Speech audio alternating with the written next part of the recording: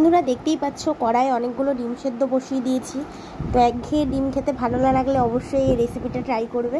তো দেখো কি কি আছে, দুটো টমেটো, একটা পেঁয়াজ, অল্প আদা, অল্প রসুন, চালমগজ আর পোস্ত। তো এই দিয়েই ডিমটা হবে, একদম কষা কষা। তো দেখতে থাকো রেসিপিটা। তো দেখো এদিকে ডিমটা সেদ্ধ হয়ে গেছে, এবার আমি ছাড়িয়ে নেব।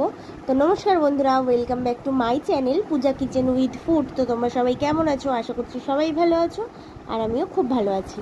তো ওয়েদারটা একটু ঠান্ডা ঠান্ডা, তার জন্য একটু ডিমটা একটু কষা কষাই করছি, কেন এখন যা গরম পড়েছিল সেতে কষা কষা রান্না একদমই ভালো লাগছিল না। যেহেতু একটু বৃষ্টি হয়েছে তার জন্য কিন্তু রান্নাটা এইভাবে করছি। তো দেখো কড়াইতে সাদা তেল দিয়ে অল্প একটু হলুদ দিয়ে দিলাম, কেন আমি ডিমে নুন হলুদ কোনোটাই মাখাইনি। তো ডিমটা ভাজবো শুধু হলুদ দিয়ে, নুন দেওয়ার দরকার নেই।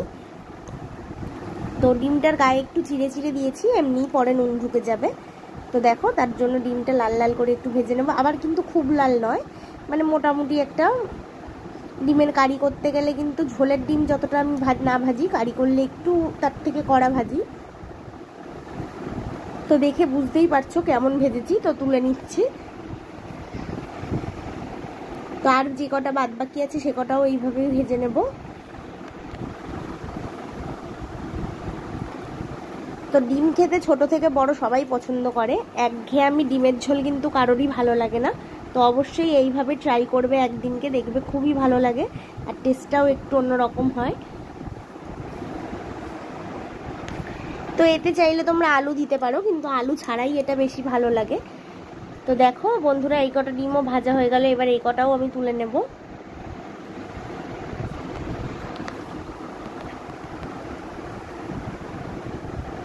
আর তারপর হচ্ছে বড় কথা হচ্ছে খুব তাড়াতাড়ি রান্নাটাও হয়ে যায়, একদম খুবই কম সময় লাগে রান্নাটা করতে। তো আমি তোমাদের সবসময় অল্প অল্প সবসময় ঘরে থাকা জিনিস দিয়ে রান্না দেখানোর চেষ্টা করি। তো দেখো দিয়ে দিলাম গোটা গরম মশলা ফোড়ন, এলাচ, দারচিনি আর লবঙ্গ। তো এখানে কোনো তেজপাতা ব্যবহার করছি না আমি। তো দিয়ে দিচ্ছি তারপরে যে আদা, পেঁয়াজ, রসুন, এই তিনটে জিনিস আমি একসাথে পেস্ট করেছি। তো সেই পেস্টটা আগে দিলাম, কেননা পেঁয়াজ রসুনের একটা কাঁচা গন্ধ, সেটা একটু ভেজে নিলে মানে রসুনের গন্ধটা চলে যাবে। তার জন্য কিন্তু আমি আগে আদা পেঁয়াজ রসুনের পেস্টটা দিলাম। তো ভালো করে দেখো ভাজা হয়ে গেলে এর মধ্যে দিয়ে দিচ্ছি ধনে গুঁড়ো, তারপর দিয়ে দিচ্ছি অল্প জিরের গুঁড়ো। তো তারপরে দিয়ে দিচ্ছি হলুদ। তো সব কিছু দিয়ে দেখো একটু মশলাটাকে ভালো করে ভেজে নিচ্ছি, যাতে রসুনের গন্ধটা চলে যায়, তার জন্যই। আর দেখো এবার স্বাদ মতো নুনটাও দিয়ে দেব। তো আর আমি যে চালমগজ পোস্তটা ছিল ওটা ভালো করে গুঁড়ো করে নিয়ে, যেই টমেটো দুটো ছিল তার সাথে একসাথে পেস্ট করে রেখেছি। তো এই মশলাটা খুব ভালো করে কষে গেলে তারপরে কিন্তু ওই মশলাটা দিতে হবে। আগে থেকে কেউ একবারে দিয়ে দেবে না, একবারে পেস্টও করবে না, কেন পেঁয়াজ রসুনের যে গন্ধটা সেটা কিন্তু অনেকটাই না হলে বেরোবে।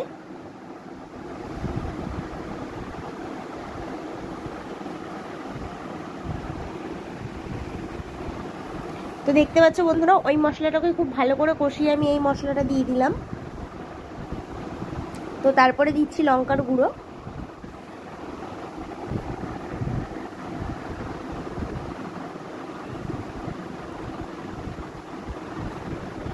তো দিয়ে সব কিছু ভালো করে আবারও কিছুক্ষণ কষিয়ে নিতে হবে।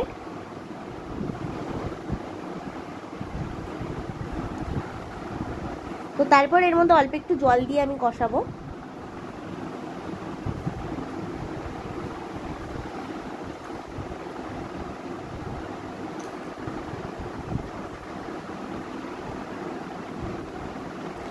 তো দেখতে পাচ্ছ বন্ধুরা, তেল ছাড়তে শুরু করে দিয়েছি। তো দিয়ে দিলাম স্বাদ মতো চিনি।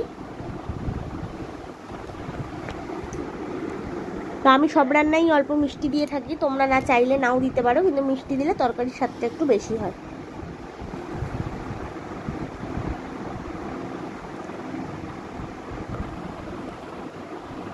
তো এই চালমগজটাও কিন্তু একটা উগ্র গন্ধ থাকে, এরমভাবে যদি কষিয়ে নাও তাহলে চালমগজেরও বেশ উগ্র যে গন্ধটা, কাঁচা কাঁচা ভাব, সেটা চলে যায় আর বেশ ভালো লাগে খেতে।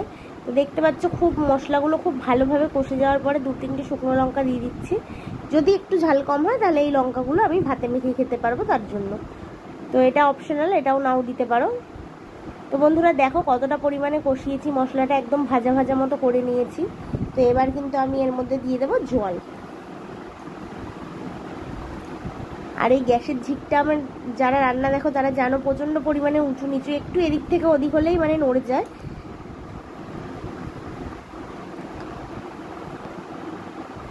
তো একদম মশলাটা এইভাবে সুন্দর করে কষিয়ে নিয়ে জলটা দিয়ে দেবো।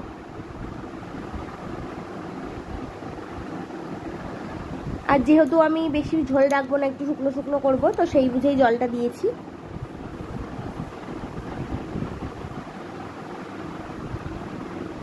তো দেখো বন্ধুরা জল দেওয়া হয়ে গেছে, এবার ডিমগুলোও এর মধ্যে আমি দিয়ে দেবো।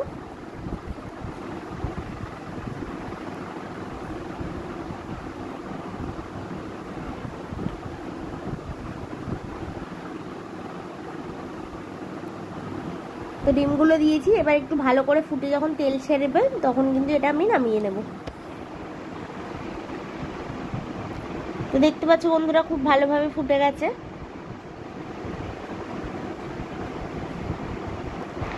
তো এবার তেল ছাড়তে শুরু করলেই কিন্তু এটা নামিয়ে নেব। তো দেখো এইবারে দেখো তেল ছাড়তে শুরু করেছে, আর এইটুকুনি ঝোল রাখতে হবে, না হলে ভাত মেখেও খেতে পারবো না। আর এটা কিন্তু নামালে আরও গাঢ় হয়ে যাবে। তো এবার আমি এটা নামিয়ে দেবো। তো তোমাদের যদি রেসিপিটা ভালো লেগে থাকে তো লাইক শেয়ার কমেন্ট করতে ভুলো না। চ্যানেলটিকে সাবস্ক্রাইব করে পাশে থাকা বেল বাটনটি প্রেস করে দিও, যাতে ভিডিও পোস্ট করলে নোটিফিকেশান তোমাদের কাছে পৌঁছে যায়। আর অবশ্যই জানিও ডিমের কারিটা কেমন হয়েছে। আর একটু অন্যরকম রেসিপি দিলাম, তোমরাও ট্রাই করো, তোমাদেরও ভালো লাগবে। আর দেখা হচ্ছে আবার একটা নতুন ভিডিওর সাথে। ততক্ষণ সবাই সুস্থ থেকো, ভালো থেকো, আর একটা লাইক কমেন্ট করতে একদম ভুলো না। তো দেখা হচ্ছে আবার একটা নতুন ভিডিওর সাথে।